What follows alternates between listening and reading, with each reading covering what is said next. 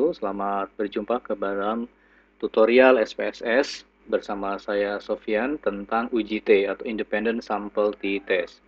Pengantar pertama, apakah terdapat perbedaan tingkat kepuasan masyarakat desa dan kota? Kita ingin membandingkan tingkat kepuasan masyarakat desa dan kota terhadap penyaluran BLT. Ya, berarti ada dua kelompok, yaitu kelompok masyarakat desa dan kelompok masyarakat kota.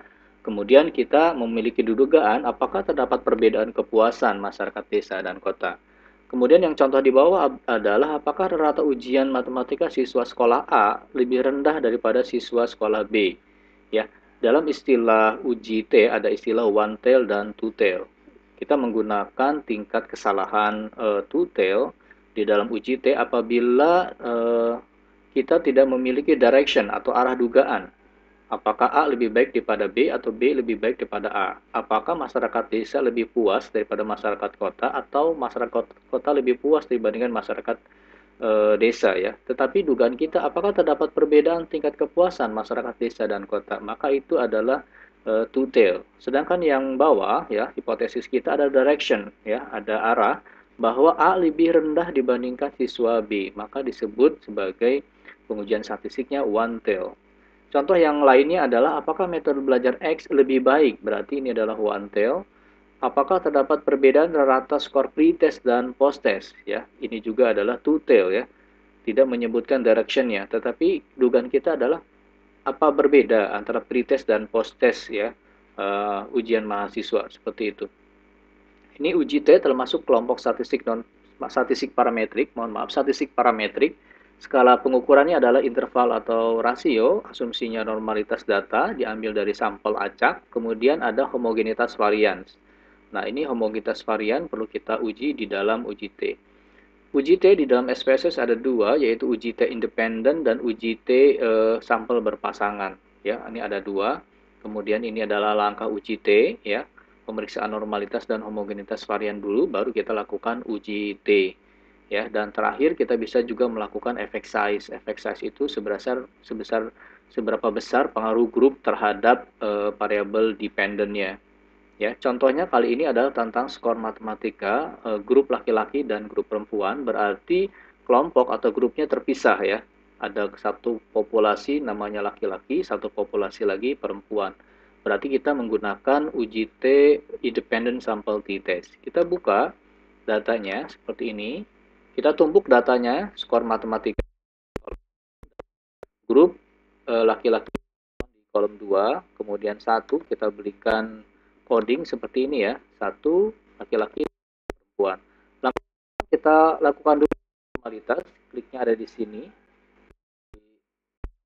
deskriptif, kemudian explore, kemudian masukkan matematika ke sini, dan kita ingin menguji matematika per kelompok, maka masukkan grup ke sini, kita klik plot, kemudian kita keluarkan normalitasnya, uji normalitasnya.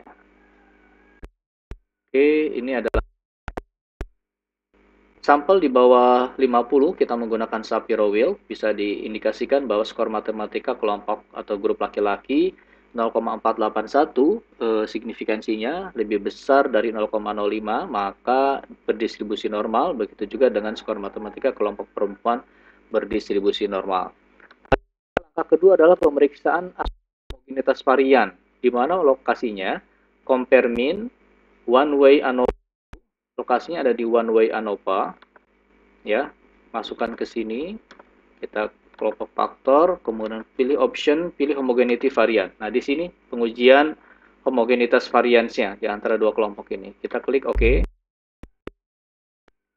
Nah, kita lihat di sini test of homogeneity variance dengan statistik Levene based on mean 0,260 yang mengindikasikan bahwa varians di antara kedua data homogen. Berarti asumsi normalitas dan homogenitas varian terpenuhi, maka selanjutnya klik analyze. Kita akan melihat uji T-nya. Setelah asumsi terpenuhi normalitas dan homogenitas varian. Compare mean, independent sample t-test. Nah, lokasinya ada di sini. Oke, skor matematika kita masukkan ke sini ya. Sedangkan skor grupnya kita masukkan ke sini. Define group 1 dan 2, kita klik yang sesuai coding kita. ya, 1 dan 2 sesuai coding kita, 1 laki-laki dan 2 perempuan. Klik continue, klik ini adalah statistik deskriptifnya bahwa skor matematika laki-laki 86,20 sedangkan skor matematika perempuan 81,55. Dari statistik deskriptif ini bisa terlihat bahwa nilai skor matematika laki-laki berbeda dengan perempuan. Kita lihat di sini signifikansi detailnya to-tail ya 0,012. Ada dua, equal variant assume dan equal variant not assume. Ya, kita pilih yang nomor 1, equal variant assume tadi karena variasi antara dua kelompok yaitu laki-laki dan perempuan skor matematikanya homogen, maka kita memilih signifikansi to-tailnya ini 0,012. Berarti secara statistik ada perbedaan nilai matematika atau rata matematika antara laki-laki dan perempuan ya dan signifikan pada alfa 5%. Ini adalah confidence interval ya, confidence interval of difference ya untuk perbedaan dari independent sample t-test. Baik Bapak Ibu, terima kasih atas perhatiannya tentang sample t-test ya. Jika membutuhkan e-book 1000 halaman dapat menghubungi